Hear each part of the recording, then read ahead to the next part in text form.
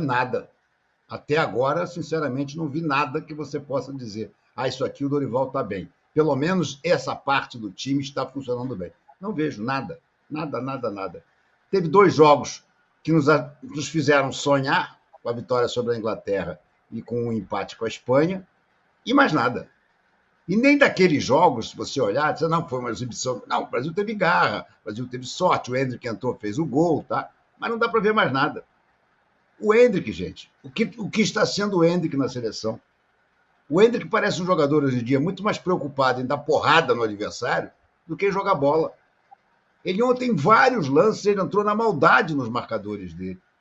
E não está conseguindo fazer nada. Fez uma jogada razoável, que foi aquele cruzamento de um lado da área para o outro, que o Vini pegou. Também uma das poucas jogadas que o Vini fez algo, foi na linha de fundo, cruzou e o Arana chutou e o Júnior Alonso salvou.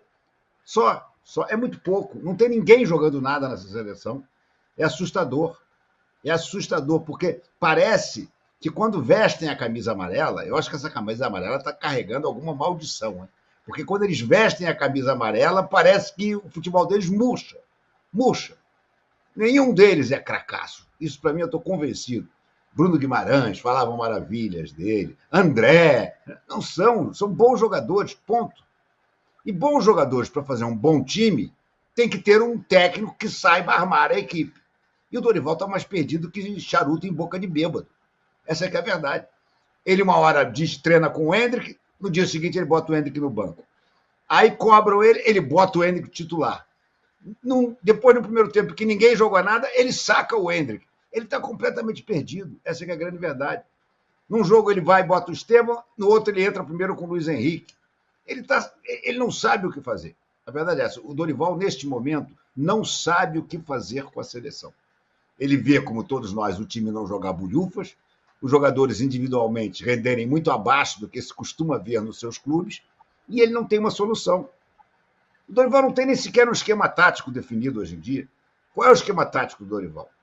A única coisa que ele faz, e eu acho que faz errado, é cravar as duas pontas terem sempre alguém aberto lá para gerar a tal tão sonhada amplitude, que não adianta nada, porque os jogadores não se juntam, não se juntam 2, 3 quando o cara que está na ponta pega a bola. Não chegam os outros para poderem dialogar com ele, para poder triangular com ele. Não existe isso, gente. É uma coisa assustadora. O Luiz Henrique ontem até entrou direitinho, mas quem é que faz tabela com o Luiz Henrique? Quem é que chega para criar? Ninguém chega. É uma coisa impressionante. Aí entrou o João Pedro, até produziu uma jogadinha legal, né, que o Rodrigo chutou nas nuvens. O Rodrigo é outro também, que joga 1/10 do que ele joga no Real Madrid, ele joga na seleção. Aí logo depois o João Pedro vira mais do mesmo, igual a todos os outros. Eu acho que é a camisa amarela. Estou desconfiado que há uma maldição em cima dessa camisa amarela. Eu acho que deveríamos pensar seriamente em voltar a usar a camisa branca, que foi proscrita, expulsa em 1950. De lá para cá já aconteceu tanta coisa. Quem sabe não está na hora da gente aposentar a camisa amarela? Hã? Se o negócio chegar à final, porque o Dorival não prometeu o título, ele falou que ia chegar na final. Talvez seja a camisa branca. Com a branca chegou na final. Não ganhou do Uruguai, mas chegou na final. É verdade. Mas o Dorival, eu já falei isso aqui ontem, escrevi no UOL e repito, já tem gente até usando a minha brincadeira sem dar o devido crédito. Mas, enfim, coisas da vida. Dorival, compre um ingresso. Você vai estar na final, com certeza. Sem comprar ingresso, amigo, você vai ver pela TV igualzinho a gente. A imprensa é acusada de criar crises e querer que essa coisa de trocar técnico no Brasil é muito inflacionada por vocês da imprensa, certo? Por isso, com muito cuidado, e não é isso que nós estamos fazendo, eu gostaria de fazer uma crítica ao trabalho do Dorival. Nos últimos anos da carreira do Dorival, ele foi considerado, entre aspas, um bom ajeitador de time, um bom bombeiro. O mundo acabando no Flamengo, em uma semana ele arrumou o time, era só para acabar o ano, ele ganhou 2 títulos. No São Paulo, a mesma coisa. O Rogério, não sei o quê, a vida, soco no Marcos Paulo, chega o Rogério, 2 semanas, rumo à Copa do Brasil, ganhou. Não é bonito, não sei o que lá, tanto que ele ficou com o arroz com feijão, bombeiro. Na seleção não está indo, nem essa coisa que ele tentou se afastar um pouco, dizendo que os times dele não jogavam, Alice. Ele realmente, como disse o Renato, ele me parece perdido e sozinho, porque como o Rodrigo Caetano, com todo respeito, não manda nada, e como o Edinaldo queria mesmo era o Ancelotti, eu acho que ele fica numa situação em que quem que dá alguma segurança para ele? O Lucas? Ou quando ele chama algum jogador que ele tinha algum contato, Pedro, vai se estivesse lá, algum jogador que ele tem mais proximidade. Os outros todos, sei lá o que ele sente pelo Dorival. Porque os jogadores, diferentemente na época do Diniz, teve uma coisinha ali, eles estão com a boca aberta em relação a não estarem jogando nada, né? Pois é, e eu acho que tem dois fatores. Um é da responsabilidade do próprio Dorival, que é não estar conseguindo entregar um trabalho, né? Por mais que seja recente, por mais que lesão, por mais que qualquer coisa que a gente queira dizer para amenizar a responsabilidade dele, o Brasil precisaria estar jogando mais. Não há justificativo o Brasil perder do Paraguai como perdeu ontem, né? Dando 3 finalizações no gol contra um time que não propõe jogo, né? Contra um time muito mais fraco, um time que tem 5 jogadores do Campeonato Brasileiro, o atacante do Cuiabá, o goleiro reserva do Botafogo, né? Não é assim uma seleção que deveria pressionar o Brasil dessa forma. E o que eu vejo, que aí o Dorival não tem culpa, é que ele chegou sem margem de erro, né? Ele já chegou como, né, mais uma, precisando ser essa solução bombeiro. E é difícil ser essa solução bombeiro, porque se você chega num momento de crise, significa que você não tem paz para trabalhar, significa que tudo que podia dar de errado antes de você já deu, e você ou acerta ou acerta.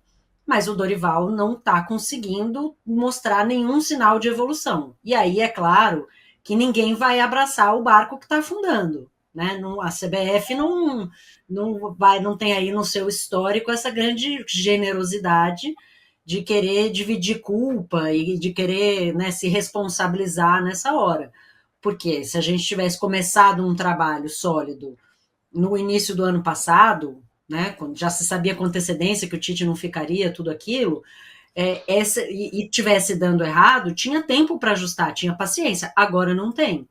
Então, acho que tem esses dois aspectos, e acho que o Dorival está contribuindo muito para essa solidão, porque no momento em que ele decide por um esquema tático, e aí o jogador que ele tinha pensado para esse esquema tático, que era o Pedro, se lesiona, e aí ele muda completamente o esquema para não usar um cara que está no banco, que é um cara que começou bem, né? Me refiro ao Endrick, que nessas 2 partidas iniciais contra a Espanha e a Inglaterra foi importante, foram as duas únicas partidas razoáveis do Brasil. Que nível de segurança ele tem com os jogadores? Que nível de respeito ele vai ter? Né? Quando ele não se compromete com uma ideia, quando toda hora ele está trocando jogador, trocando esquema tático, então acho que ele também não está se ajudando. Né? Ele chega numa situação que é muito difícil, que não é nada favorável, mas ele não se ajuda.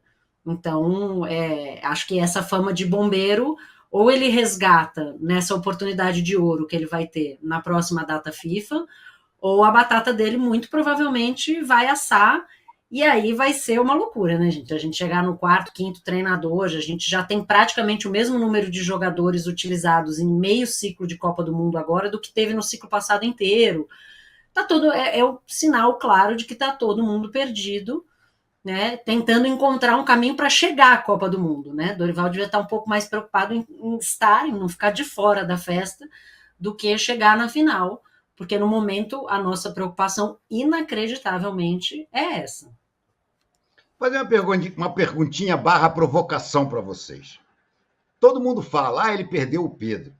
Alguém acha que se o Pedro estivesse bem fisicamente, o time estaria jogando mais? O Pedro também não é um super craque. O Pedro é um bom centroavante, ponto. Se o time não tiver arrumado, a bola não vai chegar nele, gente. Eu já cansei de ver o Pedro passar 90 minutos no Flamengo e não tocar na bola. Então, sabe, ele vai se agarrar a isso. Perdi o Pedro. Pô, parece que perdeu o Pelé. Pô, o Pedro é um bom centroavante, ponto. Nada além disso. Agora, a solução está muito simples. Gente, falando sério. Tem que trazer o Abel Ferreira, gente. Não é provocação aos palmeirenses, não. O Abel Ferreira é o melhor treinador em atividade no Brasil. Você tem que convidar esse cara para dirigir a seleção. Ainda vão faltar 2 anos, dá tempo de ele arrumar a casa. Olha, eu achei um pouco provocação, mas mais para a Alicia, porque o Danilo ele veio com esse papinho de a poluição em São Paulo, que é de fato uma coisa gravíssima que está acontecendo aqui, em muito boa parte do Brasil, de fato o ar está ruim, mas várias fotos que estão circulando hoje mostram o Danilo passando a madrugada no aeroporto de Guarulhos. Agora há pouco ele estava no Parque São Jorge. Primeiro eu vou colocar, está fora de ordem. Todo mundo viu a chegada do Memphis de madrugada, a torcida foi esperar ele no aeroporto, ficou acompanhando lá o aeroporto, o avião lá, o flight aware dele. E agora há pouco ele esteve no Parque São Jorge. Dormiu, chegou de madrugada, dormiu e foi ao Parque São Jorge conhecer um pouco da história do clube. E ele gravou uma mensagem. Põe, por favor, Mari. Marinho tá desesperado, fez até igual ele, o cabelinho aqui, Corinthians Paulista. Calma, Marinho. Põe aí a declaração do Memphis Depay pela primeira vez com a camisa vestindo a camisa do Corinthians. Boa noite a todos. It's Memphis here. I'm very excited to see you at the Neoquímica Arena. Vai, Corinthians, vai! Esse vídeo foi gravado agora há pouco no Parque São Jorge, depois de... Não é uma via Crucis, mas é uma via georgiana que tem no Parque São Jorge, que começa na Biquinha de São Jorge, passa pela Fazendinha e vai para o Memorial do Corinthians. Chegou de helicóptero, foi recebido pelo presidente do clube, pelo de novo diretor de comunicação, acho que todos nós conhecemos, já trabalhamos com ele, o querido Thiago Maranhão. A gente tem esse vídeo também, eu vou pedir para ele colocar, eu vou parar de falar porque ele tem um áudio. Põe aí a chegada dele ao Parque São Jorge, por favor, Marinho. Vai, Corinthians! Paulo became 400 years old. He won a title that was super important because after that, he went 23 years without a title. And the crown base only grew bigger. So that's why the top fish. That's why we got the title. Okay? After 23 years, supporting. O contraste do figurino do Augusto Melo é de matar de rir, não é não? É de matar de rir. Ele parece que vai entrar numa festa rigor. E o Augusto Melo com tênis daquele, como é que chama? Aquele All-Star e coisa do jeito. Que diferença. Depois, você está com o uniforme errado. Você tem que botar... Aqui é Corinthians, pô. É time do povo. Ele chegou assim... Primeiro que eu falei que estava fora de ordem. Ele chegou de terno, mas saiu com a camisa do Corinthians, Renato. Ele foi abduzido ali dentro, foi catequizado. Não deu para ouvir exatamente. O Thiago Maranhão está falando em inglês com o Memphis. Por que eu estou mostrando isso? O Corinthians fez muita questão, o departamento de comunicação novo, muito bem dirigido pelo Thiago, de ensinar ao Memphis um pouco do Corinthians. Apesar dele ter chegado de madrugada com a fitinha que ele mandou fazer, com o primeiro símbolo do Corinthians, com o cabelo atrás. Ontem eu contei aqui que ele escreveu conforme a liturgia corintiana, com o primeiro coração preto e depois o branco. Ele está muito bem assessorado. Mas foi ao Corinthians aprender um pouco. O que o Thiago está falando para ele ali em inglês, que é o novo diretor de comunicação, é um pedaço do Memorial do Corinthians que tem no Parque São Jorge, que conta sobre os anos da fila. Então, ele falou 23 years, and then ele está contando sobre os anos em que o Corinthians não ganhou títulos e a torcida, que não era maior, virou a maior do estado de São Paulo. Além desta aula sobre sofrimento, que é o que ele vai ter daqui a pouco na Neoquímica Arena, ele também foi abraçado por aqueles que hoje seguram na unha o mandato do Augusto Melo. Quase ninguém pôde entrar no clube hoje. O clube ficou sob muita, a não ser alguns associados, tal, mas a passagem dele por dentro do clube foi cheia de segurança. Só puderam entrar, por favor, Marinho, coloque na ordem para mim, por favor. Primeiro, Gaviões da Fiel. Foto com o presidente, vice, lideranças da Gaviões da Fiel que entregaram a ele, já tem até um post, a cartilha do jogador, conforme a do Gaviões quer que seja, bonezinho e camisa da Gaviões. Depois, a camisa 12, que é uma outra organizada do Corinthians. Vocês estão vendo esse símbolo que ele faz assim? Esse símbolo que parece, na verdade, assim, né? Porque eu estou ao contrário aqui na foto. Parece um 12, mas não é um 12. Ele aprendeu no avião que o Corinthians era um time da Zona Leste. Que o corintiano é apegado a essa história da ZL. E ele é um rapper. Isso é o símbolo dos rappers East Coast, os rappers da costa leste americana. Então, aparentemente, ele está fazendo um 12, mas não. Isso foi o jeito dele dizer que ele é ZL também. Também foi uma coisa do marketing do Corinthians. E também, para completar o triunvirato das maiores organizadas do Corinthians, foto com as lideranças da Pavilhão 9, que também já publicou a foto dele com bonezinho e camisa da Pavilhão 9. Ele está a caminho da Neoquímica Arena, assim como o Danilo, que está desesperado. Calma, Danilo, o jogo é 9 horas. Para assistir a Corinthians e Juventude, tá 2-1 para o Juventude. E é sem ele, sem o Carrilho, sem o Kaká, sem o Mateuzinho, provavelmente com 3 zagueiros que nunca jogaram juntos, com 2 volantes, só o Garro, Thales Magno e o Alberto. Precisa ganhar. Como que faz, Danilo? Desmutei aqui. Realmente é uma tarefa difícil, tirando todas as partes, todas as questões que já falei, Renato, muita gente já falou do Depay, eu acho que todos os perigos e riscos, deixamos isso de lado, que já falamos muito. Eu acho legal essa movimentação, toda essa comoção causada pela chegada de um jogador que, querendo ou não, é diferente do que tudo que a gente já acostumou a receber de europeus ou jogadores que estavam na Europa, que chegam ali na reta final da carreira. O Depay, o Memphis, né, como ele prefere, estava jogando a Eurocopa, então eu acho que é um jogador que ainda tem muito a dar, e eu acho legal que ele tenha chegado agora no Corinthians e tenha causado essa comoção. Sobre o jogo de hoje, eu acho que é um jogo complicadíssimo, mas que o ambiente pode fazer a diferença.